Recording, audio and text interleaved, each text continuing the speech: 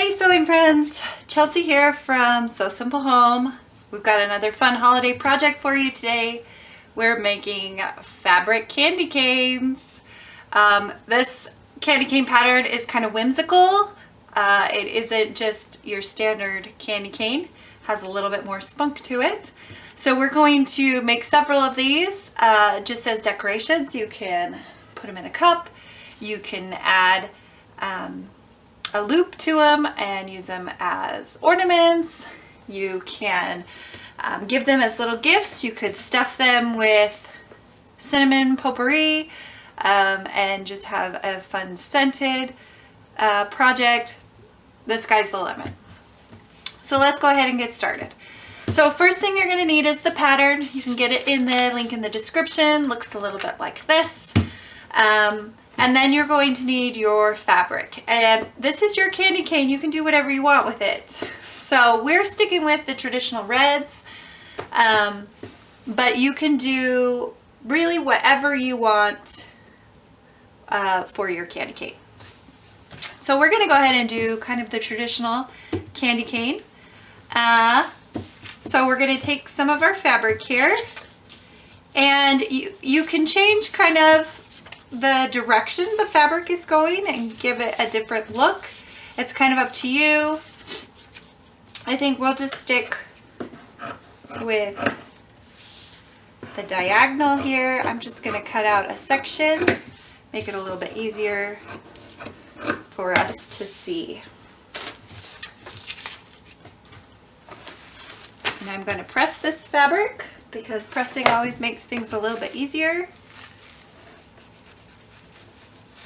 Now the material you could use for this, you could really use whatever you want. I'm just simply using cotton woven fabrics. You could most definitely use a satin. You could use felt if you wanted to. You can really do a lot of things.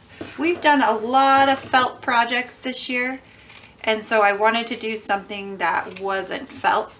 Plus I have all this fun holiday fabric that I don't always get to use. It just sits there year after year because you can only do so many holiday projects. And since we primarily focus on beginner projects, we don't always get to use a lot of our material. So I have 2 layers of the candy cane fabric here, or this printed fabric here. And we're just cutting mirror images out of our candy cane. And then we're just going to try and cut the center out the best we can here. It's pretty tight. All right, there are our 2 candy cane pieces. Now we're just going to put them right sides together. Pin them, a couple spots, and then we're going to leave a small opening on this straight side of about 2 inches or so. Okay, so we're going to start here, stitch all the way around and end right here, leaving this open, and that's how we're going to turn it right side out, and that's how we're going to stuff it. Now to do that, we want to make sure that we backstitch at the beginning so that when we turn it, it doesn't pull our stitches out. We're also using a 1/4 inch seam allowance, which is super tiny. It's right up against your presser foot. And we're doing that so that we have a bigger candy cane. If we put any bigger of a seam allowance, then our candy cane will not work out for us. Okay, we're almost to the other side. We're going to come down this side, put our needle down in the corner, turn, put our needle down in the corner, turn. We're going to come up about 1 inch, back stitch, and we're done. Now you notice as I went around the curves and things, I really kind of forced the fabric to move. Typically I wouldn't suggest that. I'd want you to lift the presser foot and turn it around. But for this project, because there's so many curves and because it's so tight in here, it works out, especially because we're going to come in here to all these little curves and we're going to clip so that this will lay nice and flat in the end. On the sharp edges of our candy cane, we are going to trim them just like that, getting rid of that bulk on the edges. And then right here along the curve on the outside of the candy cane, about every ½ inch or so, I'm just clipping to my threads, not through them, just to them. And again, that's just going to open it up so when we turn it, it gives it that nice round hook. All right, we are ready to turn it. So this can get a little tricky. I always use like a paintbrush or some type of small tool. Pencil works too, to kind of push out my edges and to help move my candy cane through. So what we're going to try and do here is open up the end, put our paintbrush at the end and kind of push it and see if we can feed that candy cane down. Oh, there it is, see? Through the opening. And then we use the paintbrush we put back inside to push all those curved edges out. Now this is a pretty tight squeeze when it comes to this project because candy canes are fairly thin and we wanted to kind of stay traditional with the candy cane, just give it that whimsical feel. That's actually pretty good. I think we did a pretty good job there. So we're just gonna take our little iron, press, get those seams out, press them, and then where our opening is, we're just gonna kind of fold that in and press, and that will help make sure everything lines up. All right, the last thing that I didn't mention, you're going to want some polyfiber fill. You don't need a lot of it. I mean, if you're making millions of candy canes, I guess you'll need a lot, but you only need a small amount at a time. And you're going to put it through your opening that you made. And the hardest part is getting it up into the cane. So that's when using your paintbrush can be helpful. Either side, kind of push that fiber fill into the top, right into that hook. And again, you don't need a lot. I mean, if you really want them to be super stiff, then you might need a little bit more. But it just takes a little bit just to give it a little bit of pop. A little bit at a time. Don't put too much in there at a time or it gets stuck and then it's frustrating. Ask me how I know. Been using polyfiber fill for a long time.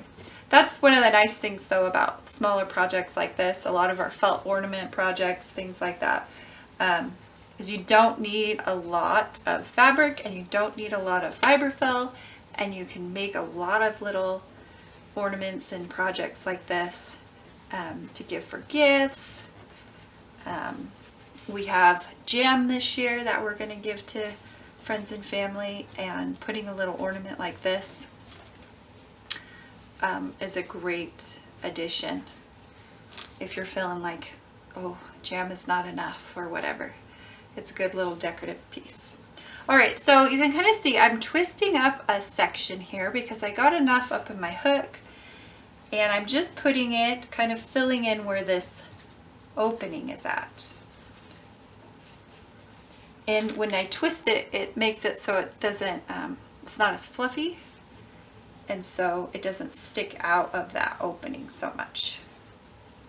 If that makes sense. Okay. I'm going to pin this closed with a couple of pins here. Just like this. Just so those two layers are together. Kind of see that there. And then I'm going to take my needle and thread, and I'm going to close this up. You can close it one of two ways. You can hand stitch using either a whip stitch or a slip stitch. I like to use the slip stitch because it's less noticeable. Basically what that means is you go through the lip or the folded side of the raw edge, and then you go to the opposite side and go through that lip. So you go from lip to lip, if you will.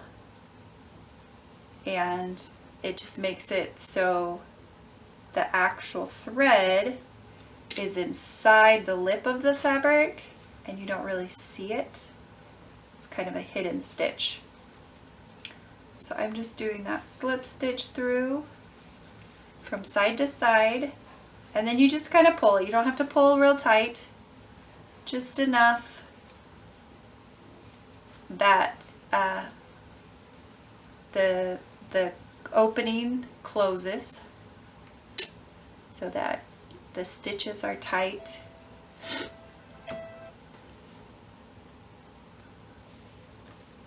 And you just keep going back and forth. And then once you get to the end, I like to just pull it just a little bit just to make sure all of that is closed off. And then I will just put another loop and tie it off. Super easy way to close it off. All right, there are our two candy canes. Aren't they cute? This would be a fun project. You could cross them, put it as like a bow. That's what it kind of looks like, a little bow. I said earlier you could add a loop and make it into an ornament. So what you would do is you could take some embroidery floss, if you have embroidery floss. If you don't, that's all right. You can take some regular thread, double loop it, come up through the top, and then make your loop, and then tie it off at the top with a little loop. My thread's getting a little too. There we go. And then you can hang it up. So it makes it like a little ornament. So you have some options that you can do. Like I said, these would be really cute in like a mug.